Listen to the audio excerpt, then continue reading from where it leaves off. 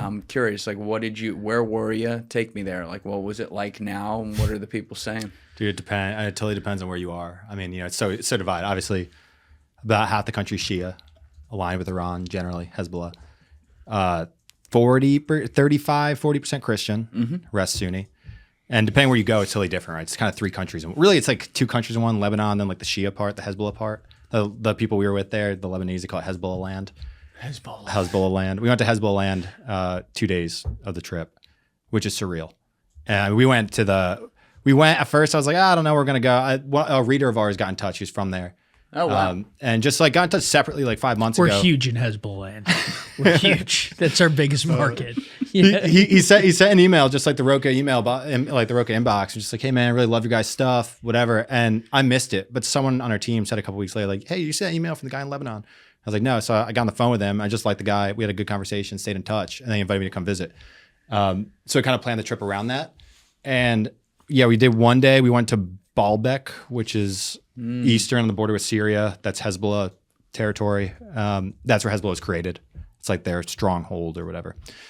We went up the coast. Yeah, bro, that place, insane. If this were in Europe, it would be the most visited place ever, bro. Because it's where it is. 0 people there. We're there in there by, dude. Unbelievable place. What is that called, Deef? The Temple of Bacchus. It's like, I mean, that's got Acropolis vibes to it. Bro, it is unbelievable. I mean, to be in there by yourself. You went in there by yourself? Bro, there's no one. There is no one there. You couldn't like live stream that or something? Dude, I should have. Yo, what up, fam? Chat, weigh in here, bro. I think if Hezbollah finds out you're on their turf live streaming, it doesn't end well. But we did it. We spent a day driving out there, and we interviewed a guy in Hezbollah in that town, right nearby, which is openly. How do you know he's in Hezbollah? Do they have guard? Well, dude, it's different than you think. I mean, the Hezbollah thing. This is one of the most interesting things that I learned. I mean, there's so many interesting things, but Hezbollah is not what you think it is. Like they don't. In my head, I was like, oh, you probably can't go to these places. There's armed men out in the street. That's not what it's like. That's just not what it's like. At one point, maybe it was a bit more like that, but Hezbollah's been totally weakened. And like now it's like the Lebanese military is in the process of like taking back control of all these places ever since the war, so October 2024. So wait, so the Lebanese military is now taking back control from Hezbollah. They're trying to. And this is here's the thing. Pagers. You there's a warning, dude. When you're checking in for your flight to Lebanon, there's a warning saying no pagers on board. Yeah, you're like, 1999 call. Don't worry, I didn't answer. Exactly. That's why I was MIA for the 2 weeks I was over there. Yeah, we were like, what are you watching The Wire out here? Fuck. So whatever. So we were there for a day. Then we went a day up the coast. There's Christian areas on the coast, really beautiful. Up to at the top of the city called Tripoli. That's very troubled. It's like the poorest city in Lebanon, Sunni. Some extremism. It's divided between Alawites, like the Syrian, like Assad's group, and Sunnis, and they have their own kind of conflict there. Then a day just in Beirut, which is an amazing place. Yeah. And then a day we went down. Literally, we were so close to Israel, like deep in like it's a war zone, and close enough on the border that our phones connected to the Israeli internet, like LTE, while there. You get a little spooked being that close to it, dude. That experience. Yeah. We were there. We went. So we learned there's this town that's called Hezbollah. If you can look on the map just to show where it is, it's Hasbaiya, I think. And you'll see. Hold on. Hey guys, 3 quick things. Number 1, if you haven't subscribed, please subscribe. It's a huge help. Number 2, if you'd like to join my Patreon for early uncensored releases of the full episodes, you can join via the link in my description or in the pinned comment below. And number 3, if you'd like to join my clipping community for a chance to make content from the show and make money, you can join via the Discord link in my description below. Yeah. So you see it, zoom out a little bit, Deef, so you can just see on the map here. All right, Deef, we'll throw this up. So you can see from Hezbollah, go to a bit more just to get the full context of it. So from Hezbollah to the border with Israel is probably like 6 miles or so, 5, I don't know, 10 miles. Lebanon's such a small country. Lebanon's smaller than Qatar. It's like it's tiny. Wow. So from there to the border is like 6 or 10 miles or so. But we went there because they're interviewing a guy this guy there had started kind of like a WeWork type thing, trying to do like startups in like the Hezbollah, like the war zone, which is crazy. And we went there to interview the people who are working there. And one of the people there was like, hey, my uncle lives on the border. Like, you can see Israel from his house. Like, it's right there. And she's like, do you want to go? And we're like, is it safe? And she's like, yeah, absolutely. So we get there and we're sitting there, like, literally, I mean, again, like, I'm not kidding. From here to like the back of your building would be Israel. Like that close. You're looking at it. And very chill. We're sitting out, we're having tea. This guy, he was like the mayor of the town, and he's got this big orchard, and He's talking with the mayor. Yeah. And they're not Shia though. They're Druze. And that's a complicated thing. D-R-U-Z-E. Yeah, whichever in there, when they kept saying it on video, and they're like, yeah, the Jews live there. It's like, no, the Druze. The Druze. It's like fucking Pam or Pan for the Middle East. Yeah. Well, we were there and we were talking, and all of a sudden, beautiful. I mean, beautiful day, beautiful everything. We're like, oh, how nice is this? Like, we're in a war zone, and they're like, look how safe it is. It's fine. Like, people can come visit. They can come see how we live and whatever. 5 seconds later, and we started hearing shelling all around, and it went on. I mean, it was like a while. And after, What kind of shelling? Like, bro, we don't know. And I did my research before going, and I couldn't find any instances. Maybe once a month, there was like a drone strike in this area, and on targeting, it's a Hezbollah, whatever. it's like, I'll take my chances. I like them odds. Yeah, I mean, Just once a month. Once a There's usually month? a drone strike. You just Well, gotta watch for it. I mean, dude, the Israelis are so precise, and like obviously about that? when they want to be, dude, in Lebanon, the thing is in Lebanon they're not trying to like, Gaza's one thing. You look at the way they conducted the war in Lebanon, totally different from what happened in Gaza. And this is the thing in Lebanon that a lot of people are like, they look at it as proof. There's two ways to look at it. When we were in Baalbek in the city with that temple, we were sitting in this plaza. You're surrounded, there's Hezbollah flags everywhere, pictures of like Hassan Nasrallah and the Ayatollahs and whatever. Literally in the corner of like the plaza, there's a blown out building and like huge, just wrecked. Just the bottom of like a 5-story building, just the one corner is blown out. And I was like, what happened here? And the guy we were with was like, well, that was like a Hezbollah bank. And dude, so dense. I mean, like a Manhattan block. And boom, right there. Right there. Nothing else touched. And they're like, it's crazy. I mean, straight up to see it, it's wild. Everything else is fine. Literally, people were sitting there. People told us they were sitting there at the same place as us, having lunch, just like that. And they went on with their day. And it's like that's the precision that they can operate with. Yes, that they can operate with. Yeah. And now Gaza, that we can talk about because I went down to you can't go into Gaza still. We're gonna get there. Let's stay with Lebanon, but yeah.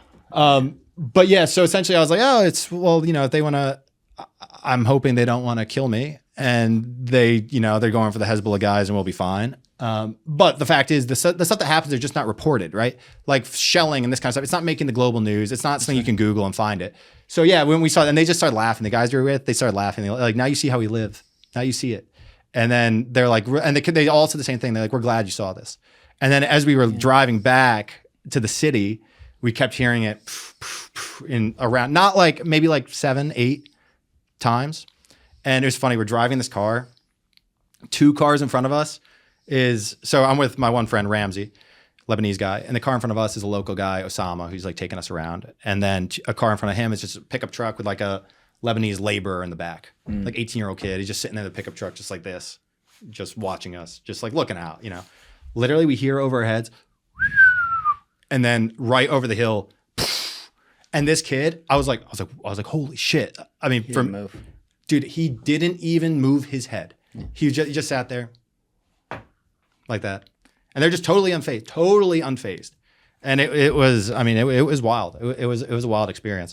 But I mean, they're still, and the question is like, what are they doing? Why is this happening still? It's complicated. I mean, we subsequently went to the Israeli side of the border, where there you hear the shelling in Lebanon from the Israeli side, and it's like, where are they firing it from? Dude, this is the question no one can answer. When I first heard the shelling, I thought it was artillery, and it was like a deep boom. It sounded like artillery, and we couldn't hear the humming of drones.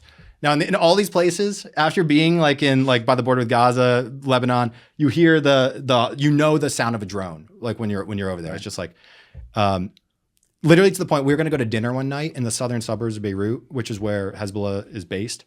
But it's like still a normal area. This is the misconception about Hezbollah. It's still like you can go, you just can't like take pictures, and you got to be careful a little bit. But literally, we're going to go to dinner, and then someone called us and was like, just so you know, there's a drone over Dahia, which is the name of the neighborhood. They're like, I wouldn't go, so we didn't go.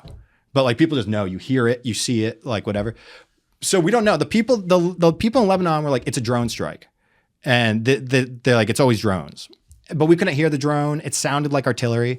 Someone subsequently in Israel said it's most likely a drone, but we couldn't hear the drone. So who knows? No one knows. But I always think about this idea all the time because I feel so fortunate to live here and be born here, which you don't get to decide where you're born. It's like winning the fucking lottery to me being here. For all our problems, goddamn, like, whoa, happy to be here. But the thing that kind of bothers me about a lot of society with our complacency is that, you know, we've never been invaded with the exception of the War of 1812 and a couple terrorist attacks.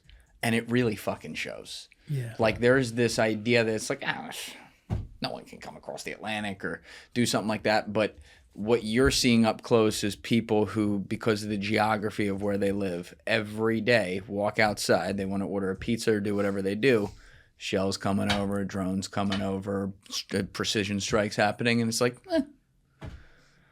we're lucky to live here. What's the Israeli rationale for those shells and the continued? I mean, the basic rationale is Hezbollah is trying to rearm, and is whenever Israel sees anything, gets wind of anyone who's trying to bring artillery, rockets, guns anywhere in the vicinity of Israel, they strike them. That's not what was going on. The shelling is different. That's a precision drone strike. Yeah. Right. If like what we heard, 8 different explosions, and the people said this happens all the time. They don't kill anyone. I asked. I was like, how many people in this town have been killed from this? Like you say, you hear it all the time. How many people have been killed? They said 0. So it's not about that. And what military kind of strategy says, you know, a lot of like artillery is about denial. It's about making it so people can't use certain areas. Lebanese people think, a lot of them, that they're trying to depopulate these areas along the border and by making it so impossible for them to live there that they move. When I was in Israel and we heard the explosions over the border, the guy I was with said, who was, you know, I mean, he had been obviously like everyone in the military had been in Israel. Everyone in Israel has been in the military. He said they probably saw a terrorist. You know, who knows? Like, Who's a terrorist, though? That's this is the saying. question, Like, right?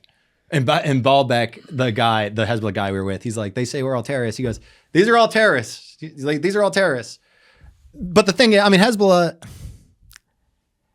it is a political organization. It's a political party. But to me, the whole thing that they did after October 7th was just stupid. It was moronic. I mean, I don't care. Even if you support their thing and you support the resistance and you support this and that, why would you attack Israel? And then they got destroyed. And they did it. And their method of attacking was rocket attacks on civilians. And it's like they forced Israel to do this. Now, maybe Israel would have done either way, but the fact is, they did it. And it's like, and then who suffers? Well, all the Lebanese people who live in these areas and who are stuck in the middle. That's why there is a huge appetite. Huge. No one in Lebanon likes Israel. I mean, you're not going to find them. Some of the Druze people maybe. Yet a lot of them are like, well, you know, the enemy of my enemy is my friend. In terms of they hate Hezbollah, they view Hezbollah as breaking the country, and if Israel is gonna kill them, you know, they like their sovereignty, but they don't, you know. All right, so I have a lot of questions here, but it's a really important point you just made right there, because that's the thing when a group like that has some power within a country where they take apart the vacuum, if you will. They then take actions that is collectively punished on everyone else. And I think where I run into a problem with Israel and other people have run into a problem with them is that the response at some point crosses disproportionality, and then they continue drastically after that. And also, you know, there's the matter of also provoking attacks in other ways. What you're pointing out with Lebanon, though, is a good example of where Hezbollah was just like, all right, fuck it, send it. And you're not going to beat the Israeli fucking military if you're Hezbollah. It's just what it is. But you also point out the precision of strikes, and we saw very similar precision. I will give Israel credit for this. When they attacked Iran before they fucking dragged us into it back in June, their strikes were very precise at the locations of who they wanted to get. And that's where people run into a problem, because as you pointed out, you then look at Gaza and you're like, you're just taking out whole city blocks because it's Tuesday at 11 a.m. and I guess we got to meet our quota. Well, you know, we never subscribe to the Douglas Murray, you've never been doctrine, but I do think that going in to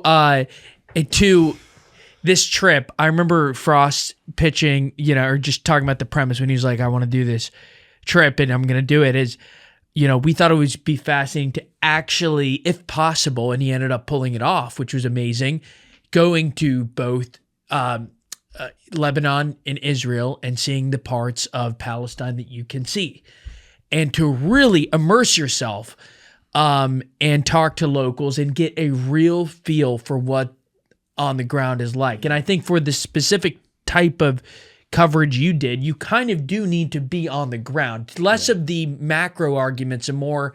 And so it was just fascinating to hear, the rash. And then it comes to I think the people's, to everyone's own prerogative to judge whether something was disproportional or whether you don't even buy the basic premise or whatever it is. I think there's still a lot that the people can decide based on the videos you show and the reporting you have.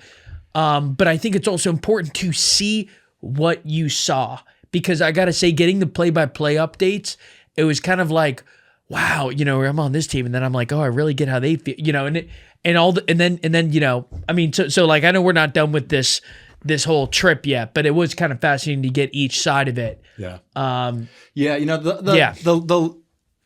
main thing I took away.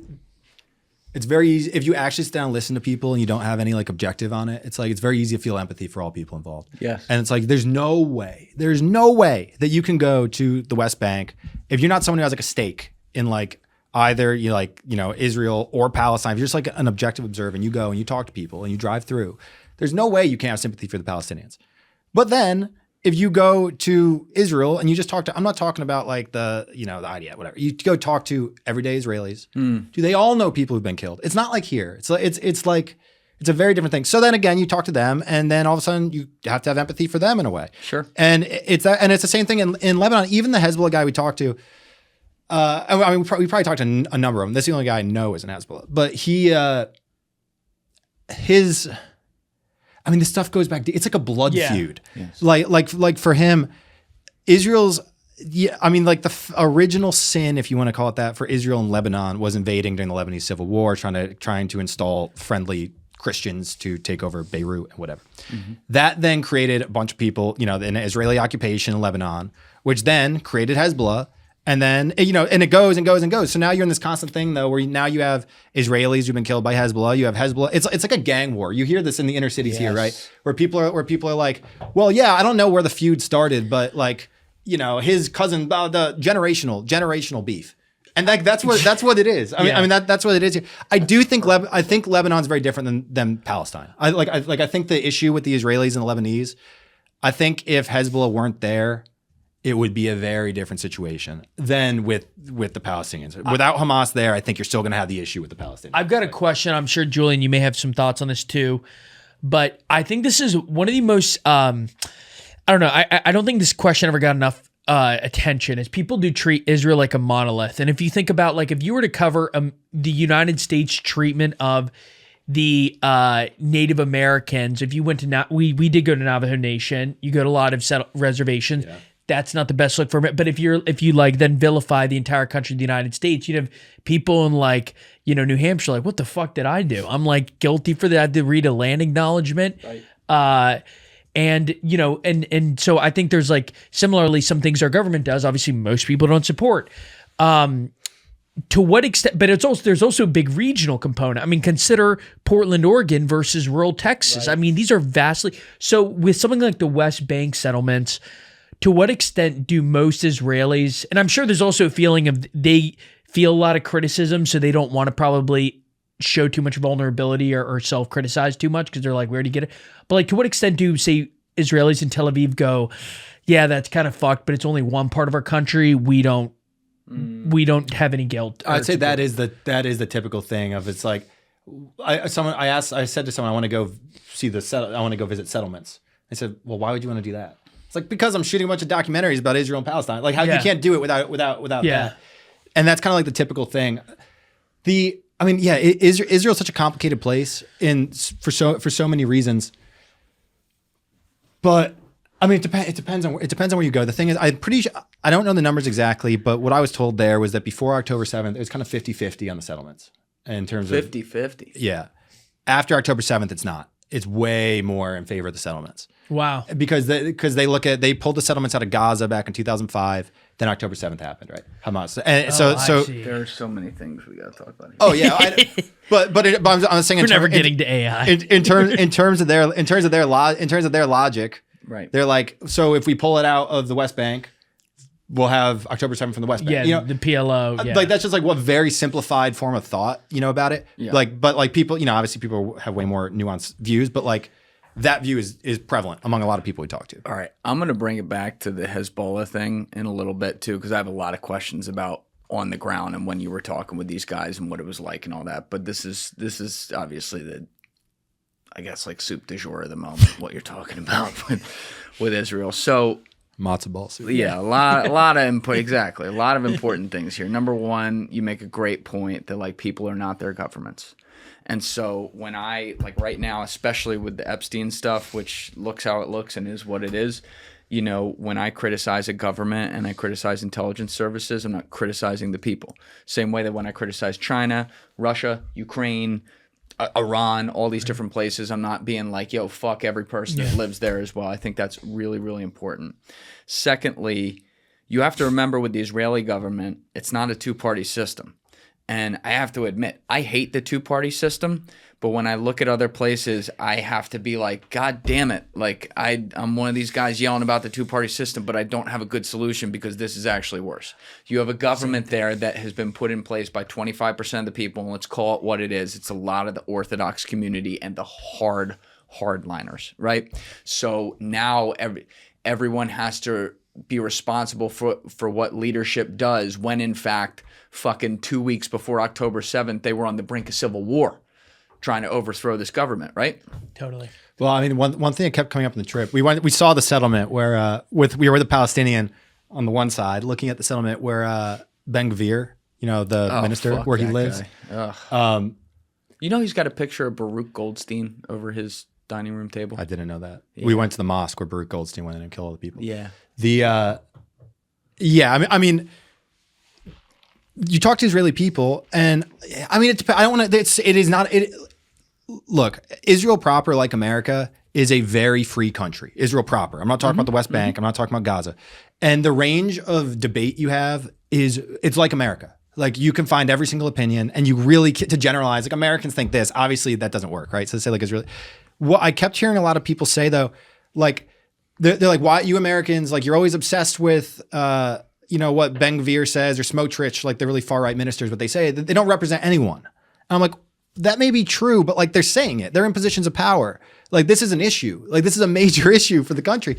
And the fact is, though, Netanyahu, the government is predicated on having their support, right? And you do have a friend. I mean, you have a real hard right side to the population there, and they've got serious influence right now.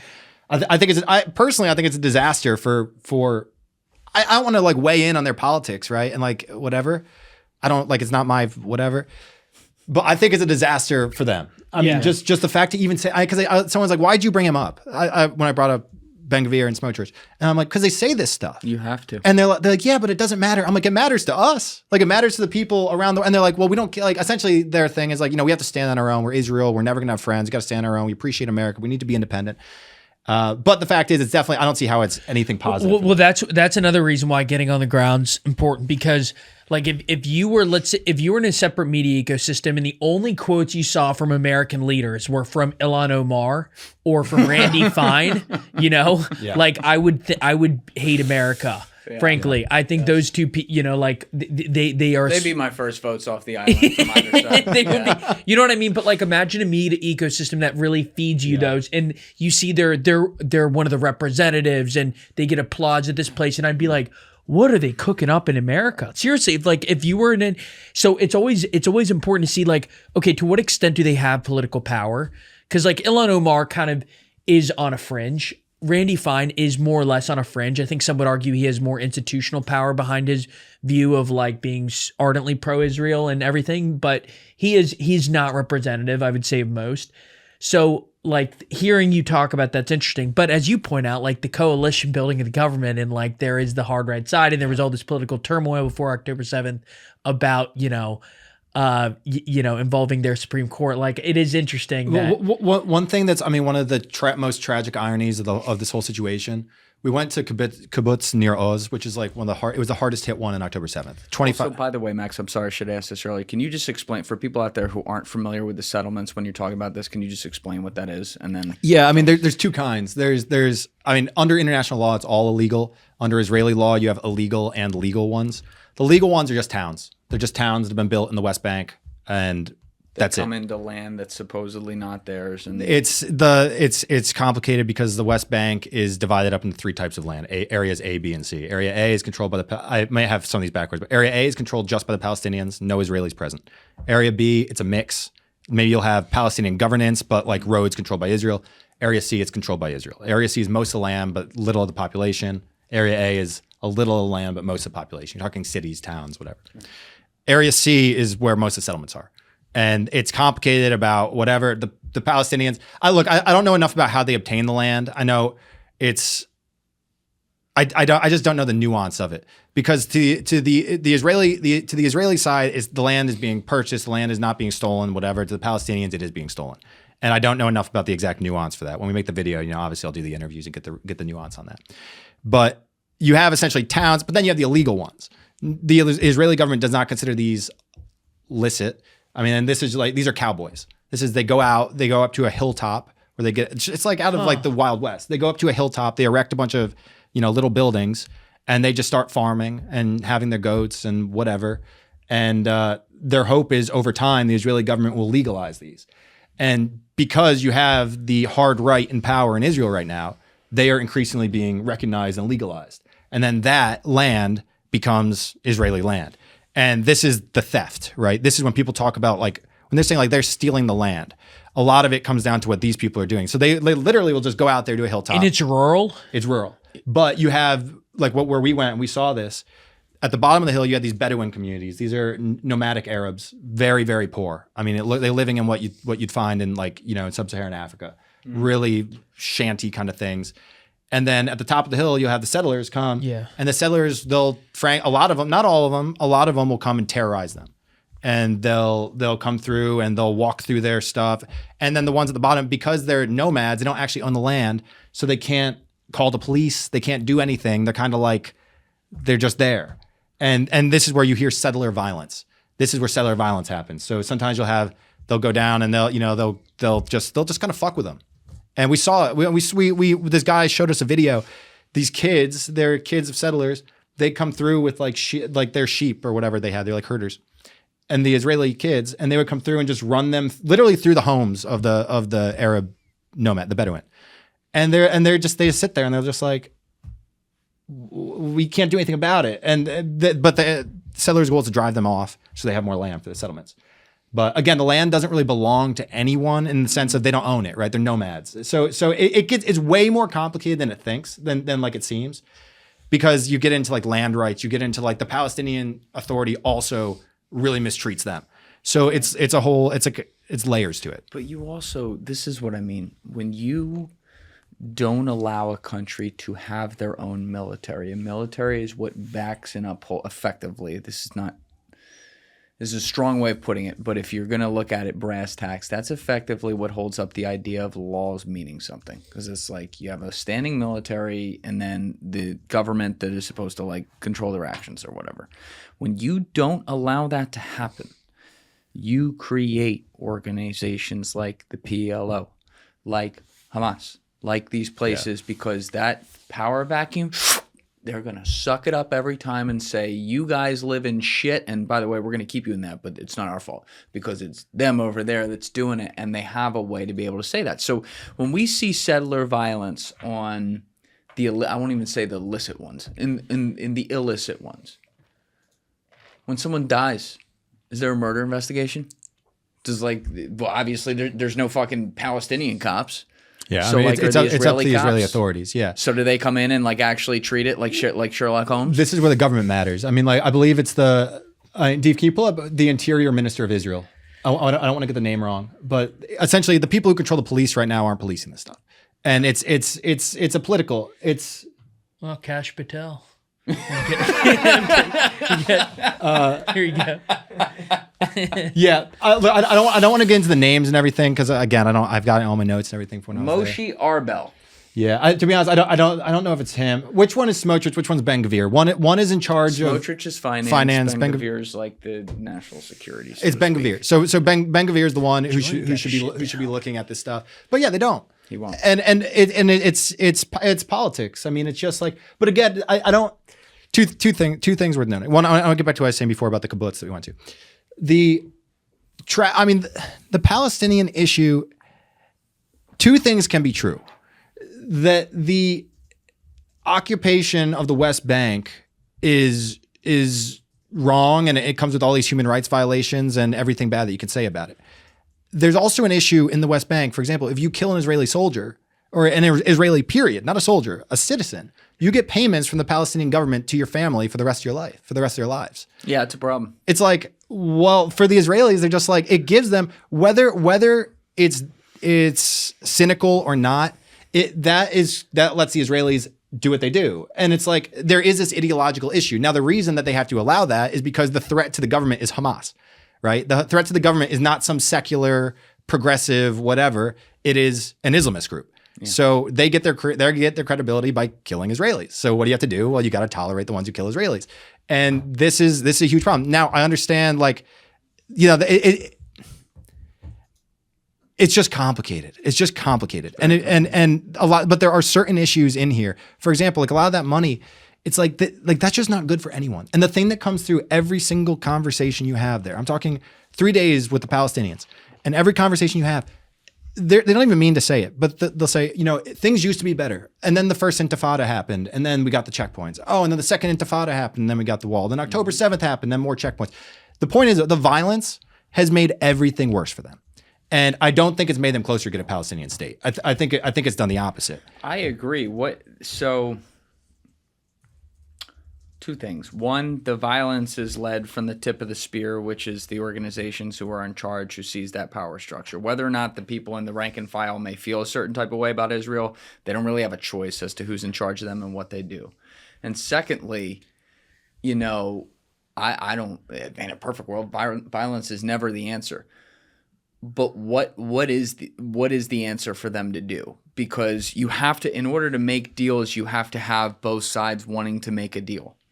And I feel, if I could point the finger at both sides on this, there has been a demonstrated history from the various Palestinian organizations and the Israeli government that almost throughout the entire history, neither side has actually want to make a deal. You read all these behind the scenes accounts about these accords that happened in the past, in the 90s and in the 80s and things like that, and they're just backstabbing each other behind the scenes. One leaves the room and the other one goes, yeah, everything that guy just said, fuck that. Yeah. You know? And it's like, Well, what are we even doing? I mean, you look at the Oslo Accords, and you look at Yitzhak Rabin was killed. Mm-hmm. And then simultaneously you had suicide bombings intended to disrail it and persuade the Israelis against supporting it. So, I mean, this stuff goes so deep. And that's why, like, you know, there's just certain things you look at this and you're like, if you see it from the Israeli perspective, it's, I mean, again, there's so many different Israeli perspectives. I would just say this: you spend a couple days with the Palestinians, and you look at this, and you go through all the checkpoints. That's the most tangible form of occupation for people. Like the raids, the housing demolitions, all this kind of stuff. Most people don't feel that. They don't see that. You know, they're just going about their lives like whatever. There's a misconception that everywhere you go, you're getting searched, you're getting this. Like that's You're not talking about the West Bank. in the West Bank. Yeah. The most tangible form of occupation to the average Palestinian in the West Bank is when they drive from city to city. They may have to sit for hours in traffic because there's a roadblock erected by the Israelis to check everybody's papers and you know, see if they have guns and whatever. You can imagine how much that pisses people off. And it's like imagine if in Texas, like take the mentality of like a Texan. If driving between Austin and Dallas, you know, maybe it should take 3 hours, but instead you don't know how long it's going to take because they might close the roads and it could take 15 hours. You might have to sleep in your car. It would piss people off so much, right? I don't think Texans would take that. No, they wouldn't. And there's no way that you can experience that. And then, like I said this to a settler, an Israeli settler, and I was like, this is what I saw. I was like, how could this not bother you? Like, don't you understand the anger that they have and that sometimes this produces violence? And he says, yeah, but we have those checkpoints because of terrorist attacks. And then of course the Palestinians say, well, we have the terrorist attacks because they are occupying our land and whatever. But the point is, the violence certainly doesn't achieve anything. That's the one thing You are right. You are proven right throughout history with that, unfortunately. But it's on. But again, obviously there's violence from both sides. You got the settler violence. You got the IDF right there. You've got so much stuff that like it is just complicated. Anyone who wants to just paint it with a brush and say it's simple, unless you believe one way, there's two ways that you can just paint it with a broad brush. One is you do not believe Israel has the right to be there at all. You're a from the river to the sea person, and therefore whatever. Okay, fine. Like if that's your perspective, then none of it is legitimate. Israel's security concerns are not legitimate. None of it's legitimate. Or you are a hardcore take it all Zionist who does not care about anybody else in there. And if you're not on one of those two fringes, like the Palestinian people I talked to, most of them were like, we just don't want to deal with this. Like we don't really care what the borders are. We just don't want to have this stuff here. Right. And then now they don't, but they are not. That's not Hamas's position. And which is all that matters. Yeah. And on the other side, most of the Israelis say, I don't want, we don't really want this, but whatever. But in any event, the October 7th, the kibbutz you went to, Nero's, 25% of the people there were kidnapped or killed on October 7th.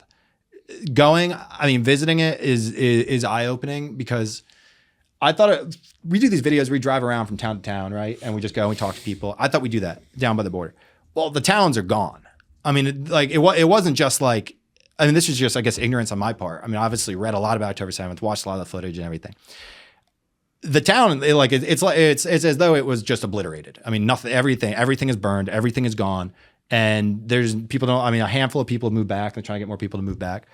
But I met a lady who lived there and she took us around. It's one of the most progressive places in all of Israel. They were the kibbutz. You don't have a salary. It's a communal farm and they share all the money equally between everybody who lives there. They're like hardcore lefties, peace with the Palestinians. And these were the ones who were massacred. And all the kibbutz on the border with Gaza, it was the most left-wing people, the most pro-peace, the most pro-two-state solution people. They're the ones who were murdered. And that's why that's changed the position in Israel by a lot. Because a lot of people are just like, why? If we want peace, this is how you'll treat us. That's the way a lot of the Israelis see it. But so that was, I remember just the two takeaways, and you sort of just expressed both that you got were West Bank was worse than you probably had imagined it. Yeah, you're also doing a great job with this, like really seeing the nuance. Totally. It's hard. This is the hardest one in the world. dislike ratio on these videos when we post it is going to be it's all right. astronomical. It's all right. Yeah. That means you're doing your job. Exactly. But then also that like October 7th, it was kind of like a holy shit. I get how this would shake a country so deeply to its core. It changed everything. It changed everything for the changed everything. I do want to hear, one of the most interesting things you brought up that nobody is really talking about in the media, especially the American media, is, interesting. Deef just brought something up. Okay. So, yeah, and this is the thing. I don't know if you ask people about this, but again, this is a prime example of people aren't their governments. And like, by the way, if we're going to talk about America here, there's plenty of shit that's happened in this country where we can look at our government and say, what the fuck did you do here? That was blamed on other people. But there was a stand-down order that was given on October 7th. And as an aside here, October 7th was a very weird day for me. I should say this because that morning, the war is breaking out when we're waking up, 8 a.m. I had a guy on a flight from Chicago while he was back in America. He was in the air when it was breaking out, who was a Jewish recon Marine who was born in Scotland, who's got a Scottish accent, came to America, ended up serving in the recon Marines. Mark Turner, very nice guy, who ironically, he was coming here to do a podcast on some of the shit he had seen in Ukraine, which was nuts. And he was like, this war should be over. Like, we got to stop this. But he had just spent the last 6 months working with the IDF on the Gaza border. So he's in the air, this war's breaking out, and he gets here, and I'm like, well, I guess we're doing 2 podcasts today. And it was a weird thing because there were things I was seeing, like he's opening his WhatsApp, and we're hearing and seeing things that, to this day and will never be released, I'm sure. That was kind of surreal. But like someone just got attacked in a terrorist attack, and you're like, whoa, right? And so I would handle that podcast a lot differently today, and that's on me for sure. Because again, it's not his fault that he was here for that. But there were thoughts in my head that I was afraid to say at the time that, even when he left here, I was like, come on. And one of them was, I know how tight the Gaza border is. And if you don't believe me, Charlie Kirk said this 3 days later. And he would back then, I remember it, like 5 days later on Patrick Bet David's podcast. But like, you can't take a shit on the Gaza border without having, a sniper rifle trained on you from the IDF. And so obviously this attack was horrible. And who got hurt? Civilians in Israel. And who did it? People that are not good people. And fuck them. But did you ask anyone in these places what they thought about some of the stuff that's even been like have real evidence of like stand down orders and things like that could involve their own government? People bring it up. Oh, in the kibbutz, I was talking to a guy. We met this family there. It was a guy, he's probably like 70 and like his 2 kids, like our age. And they were there that day because their house had been destroyed on October 7th, but they're finally bulldozing it that morning. And they were there to see it one last time. Literally, right then they were bulldozing it and we met them. Wow. And the guy said to us on camera, he was like, they abandoned us. Like, and I said, why? He said, that's it. I asked someone else, they said it's political. No one knows. I don't think you're going to find, look, you're not going to find a single, sir, I talked to probably 150 people in Israel. I didn't talk to a single person who believes that the Israeli government, there's two, look, I'll be straight up. There's 2 things that I heard. I didn't talk to one Israeli who believes it's a genocide in Gaza. I didn't talk to one Israeli who believes that the government was behind it. This question though, of what happened, how this happened on October 7th, I asked this one guy who took us around, the guy who took us to settlements. I'd say he's Michael Bauer. He's kind of like a self-described lefty, pretty like prominent geopolitical analyst in Israel. But also all over the Arab world. I mean, he's not like, he travels all over kind of meeting with Arabs and stuff like that. Michael Bauer? Yeah, he's an interesting guy. Related to Eddie? I don't think so.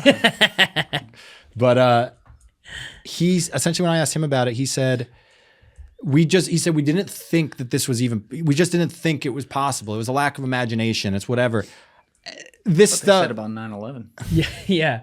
Well, but it gets to a point where like everything feels possible in hindsight. What they all said in the kibbutz, and they were used to this. They all, they were armed. They had guns. The scenario that they planned for was a handful of people coming across the border, because this is what happened before, right? It's the same in the north with Lebanon. I will say, to the point about you can't take a shit on the border, dude, this shocked me on the Israeli side of the Lebanese border. Dude, Hezbollah was like, people would go to sleep. Literally, they would go to sleep, and Hezbollah soldiers, or whatever you want to call them, were on the hillside looking at them, taunting them. And the Israelis allowed it. And it was like, I couldn't believe it. I was like, the IDF let them sit right there with their guns, taunting you guys. They said, yeah, we're used to it. And that's how it was. It was like a frog in boiling water, I think, where like it just kept like, the temperature kept turning up and turning up and turning up. And then all of a sudden, boom, it happened. But in terms of this question, the people at the kibbutz there and all those kibbutz along the way, they feel like they were totally, totally abandoned. And they don't know why. No one, to my knowledge, no one I spoke to believes that it was nefarious by the Israeli government. I'm sure there are people who think that, but like within Israel, not the ones I talked to. And I don't know. I mean, they were also there that day. They lost family and friends. It's impossible to put yourself in someone like that's position and how your mind would try to even process that or make sense of that. So that's fair. But it's interesting that, they're willing to say this is fucked up, but also be like, yeah, no, it's a failure of imagination. That, it clocks, though. There's a lot of people who have said that about things like 9/11 and stuff who were there. And I get it, like you can't, your brain's almost not meant to process something like that. Yeah, I think it's also, I still think the burden of proof is certainly on that this was orchestrated, not explaining that it wasn't, And I agree. Like, I think of the 9/11, on the one hand, people will find like a any sort of incentive alignment and then assume therefore action. And so like on this, maybe it would have been in to Netanyahu in the hard right coalition's advantage to have license to shed their political scandal, their domestic political turmoil, and B, then eliminate all the groups that surround them in a longstanding war, maybe get it shot at Iran, whatever the theory is. But it's kind of like 9/11. They're also really good accounts too of like for Building 7, like basically it would have been very difficult to pull that off for the government. I know a lot of people are rolling their eyes and being like, they can do it. Really think about it, though. I mean, to line a skyscraper New York with explosives, with not a single credible whistleblower, just sort of, self-appointed like demolition experts on YouTube generally going after, or whatever it is, it's kind of like pulling that off would be extraordinary. And I think probably, we always want a scapegoat of like one evil person who did it or two really evil people who did it. And I think oftentimes it can be more complicated. So I still feel like on this stuff, at least from my perspective, if major bold claims deserve a high burden of proof, is my personal viewpoint. Extraordinary claims require extraordinary evidence. Yes, I agree. And that's the thing. Like, been doing this a long time now, and I think to be able to do this and be credible, you have to be willing to change your opinion on things when presented with new evidence. And I have to say, I don't have an official opinion on 9/11 yet, because there is a lot going on there. Like a lot, multiple governments around the world, all kinds of fucking false premonitions, things like that. But I have had to change what I'm open to on that over the years. And there are takes that I would have given 2 years ago that I think are objectively, provably wrong.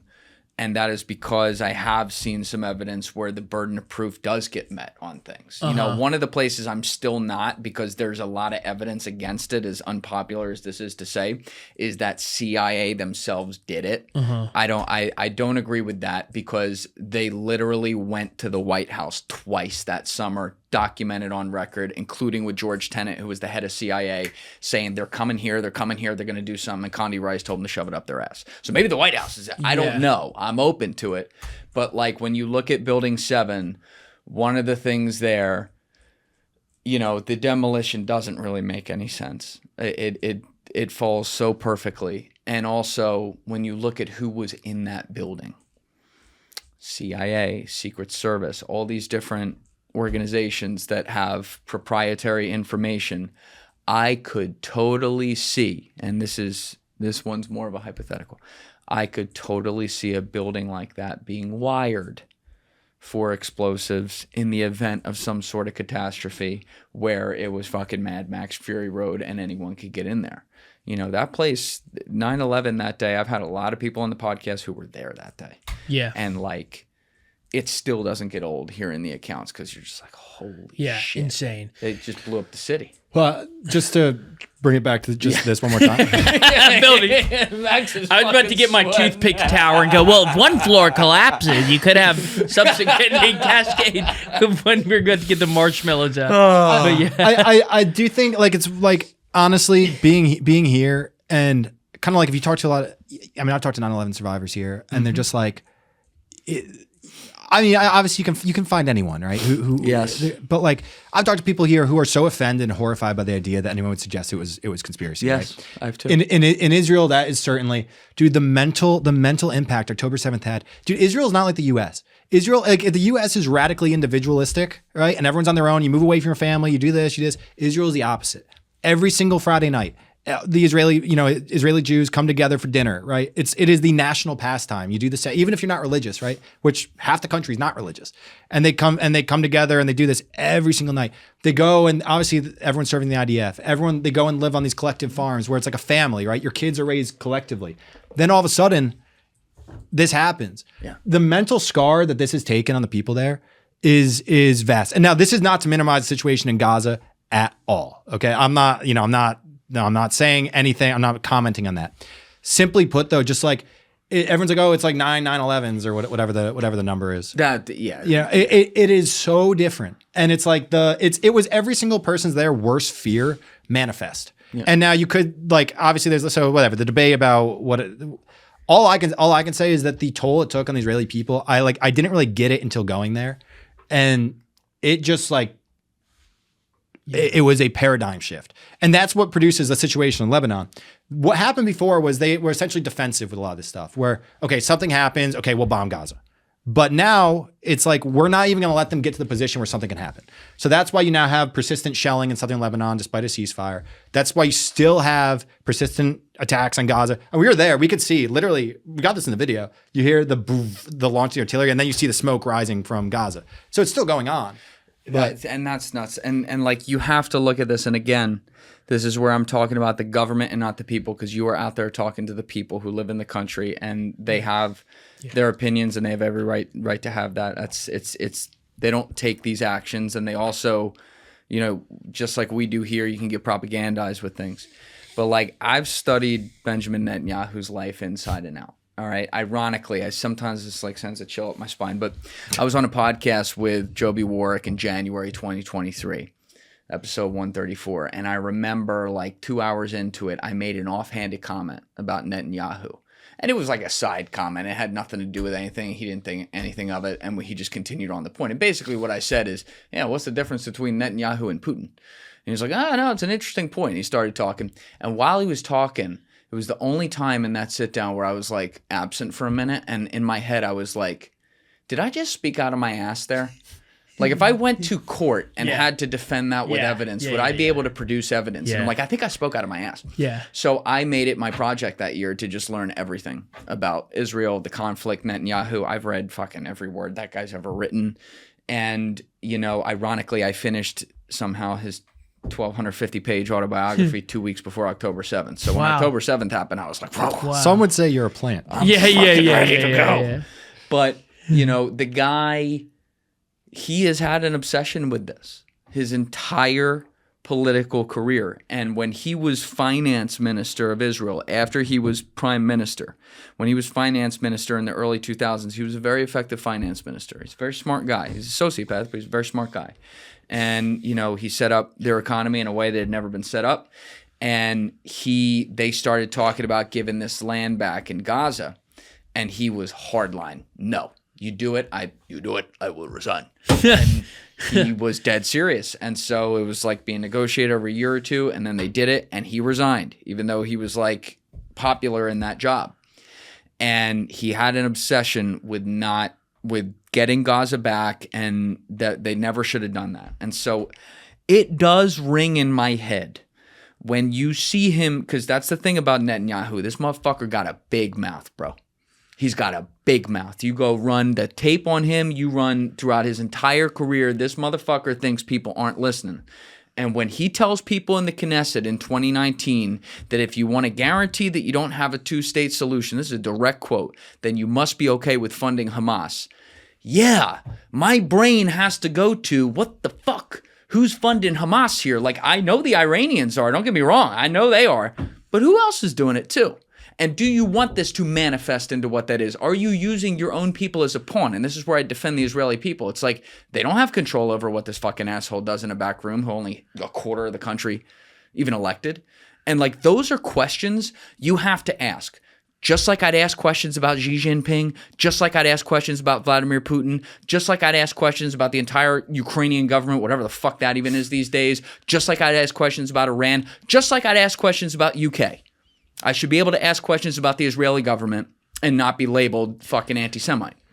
Totally. But to strongman the other side of it, because I asked a lot of people about the funding of Hamas. You know, this whole situation, and the main take that you hear is we didn't think Hamas was capable of this. We thought Hamas was essentially controlled opposition, and by allowing Qatar to give them the money, it kept their economy viable. So we didn't have an uprising, we didn't have anything, and then we didn't see this was going to come. Controlled opposition? They use that term? No. But you know, it's like they thought it was under control. They thought they had this. They had essentially figured out. Qatar and Iran, but Qatar gives money to Hamas. Hamas then keeps a semi-functioning economy in Gaza. They aren't clamoring, you know, they have peace. They have relative peace. Israel's not getting the two-state solution, whatever it is. And even the two-state solution stuff aside, it was like, well, what is the alternative? Like to them, like having like a semi-functioning Gazan state led by Hamas that is not constantly trying to wage war against Israel, like to them, even if you're not like trying to eliminate, even if you are pro two-state solution, that may be the best outcome that you imagine. I mean, just being a total realist. It's like, okay, so okay, let's just say, I mean, first of all, what the alternative to Israel funding Hamas was Israel saying Qatar can't let any money in. And then you're going to have the collapse of the Gazan economy more than you already had, right? Like that was the alternative. And that's one. And then it's like, okay, so what is the Gaza state? Obviously you can't have a Gazan state. It's not going to work on its own. Like that's just it's smaller than like Hoboken. So that's not a viable thing either. So to a lot of people, even who weren't hardliners on this stuff, they're like, it was the best outcome. And a lot of Gazans were coming and working in Israel. They're trying to kind of like, whatever. Yes. That's just the argument against it, right? Against like you could have the cynic, you could have the same exact, you could be a total cynic and not a cynic and reach the same outcome that the best scenario is allowing Qatar to pass some money into Gaza. What the people in the kibbutz told me was even ones who thought that was like that the status quo, they wanted a two-state solution. But they're like in the short term, like the issue was no one was tracking where the money went. The money was going to missiles, it was going to tunnels, it was going to this and that. And instead of going to improving the lives of the Palestinian people, which is also true. Like if someone were looking at this and instead of all this money coming in from Qatar, dude, and they could have built a ton of stuff, right? And instead they chose to build, the Hamas chose to build this stuff. And but again, so in all these things, two things can be true, right? Yes. Like Israel destroying whole blocks of Gaza, whole cities and towns. Like obviously that can be egregious, and it can also be egregious that Hamas took zero efforts to protect its people, that it put the tunnels underneath all this stuff, and then essentially let them out to die. And you can't forget too, like Tucker has tried to like downplay the idea that Hamas is an Islamist group. Hamas is an Islamist group. I mean, it's in everything they do, and the ideology. And again, just spending weeks in the Middle East, like you just like religion is so important, and like it's so different. I was thinking in Egypt, in Cairo. It's very rare in Cairo that you're walking around that you see a woman whose head is not covered, right? Imagine if here you had every single person walking around, dressed like wearing like Christian garb, right? That was how they went out in public, was they identified themselves as Christian. You'd be like, God, this is an insanely religious place. And yet for we don't apply that standard for places like the Middle East. And it's like two things can be true. And that's not even to say anything bad about them, right? I mean, I love Arab culture. I love the Middle East. I love visiting there. But two things can be true. They can have a very different worldview that's very hard for us in the West to understand because we're like atomized, individualistic, secular people. And they're just not that. Most of the people over there. So, talking on a societal level. And Israel, similarly, a lot of Israel is secular and kind of Western and, all this kind of stuff. But also it's in the Middle East. It's a Middle Eastern culture. They see things in for them, the stuff's not hypothetical, right? I mean, they're right there. So that's just to say like all these different things can be true. But I do think culturally you're dealing with people with a very different outlook. And it's hard for us sitting here in America. It's like, oh, why can't you guys just all, go to college and get a job and become tech workers? It's like, well, that's not how it works. Bumper sticker. Coexist bumper sticker does not work in the Middle East. Like, you point out that there's a wide degree of differences socially speaking that just exist before you even start to get to the chessboard itself. Yeah, for sure. Did you ask anyone in Israel or anywhere in the Middle East about Epstein? in Lebanon, not to do an unsubtle pivot, but seriously, I was like curious. In both Lebanon and Israel, I heard about it. We're gonna. By the way, we're gonna put. I think what I'm gonna do is put out this podcast and then Sonny Faz and Beck right after this, and that is gonna be a rigmarole of a week of perspective on this. So Sonny Faz and Beck are two of my friends who I just had in who are both Muslim. And it's funny, like listening to, because we all use the terminology and everything, but they were breaking down like how this terminology comes across. And one of the things Sonny was talking about was like the term Islamist and where that came from. It was just they threw an ist on the end of it to make it sound like something. And it's true. But also where I'd push back on Sonny with some things is I'm like, there's also to your point, Max, like there's a degree. So if you are a member of the religion of Islam, there's a huge difference between someone who is from Albania and practices Islam and someone who's in Saudi Arabia and practices Islam and someone who's in Iran and practices. Like there is there are ranges to it, and some ranges I would argue are not very viable with Western culture. Other ranges are great. Well, I'm not even necessarily talking about the viability with Western culture as much as just like a different outlook. Sure. But I think even like take Egypt or take the UAE or take Jordan. The leaders of all these places are Muslim.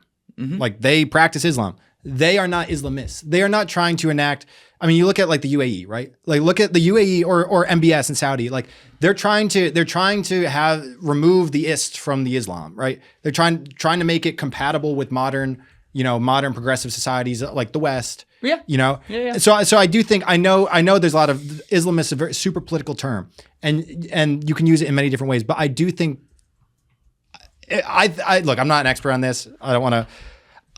It's more complicated than just adding an ist to it. I mean, like there's political, like it's just like here. It's like, I can be a Christian and not think my Christian values should dictate the policy of the United States. I can be a Christian and I can think my Christian values should dictate the policy of the United States. It's the same exact thing with Islam. That's the Same issue. Well, the by the way, one, you wouldn't be reading the Constitution, but yeah.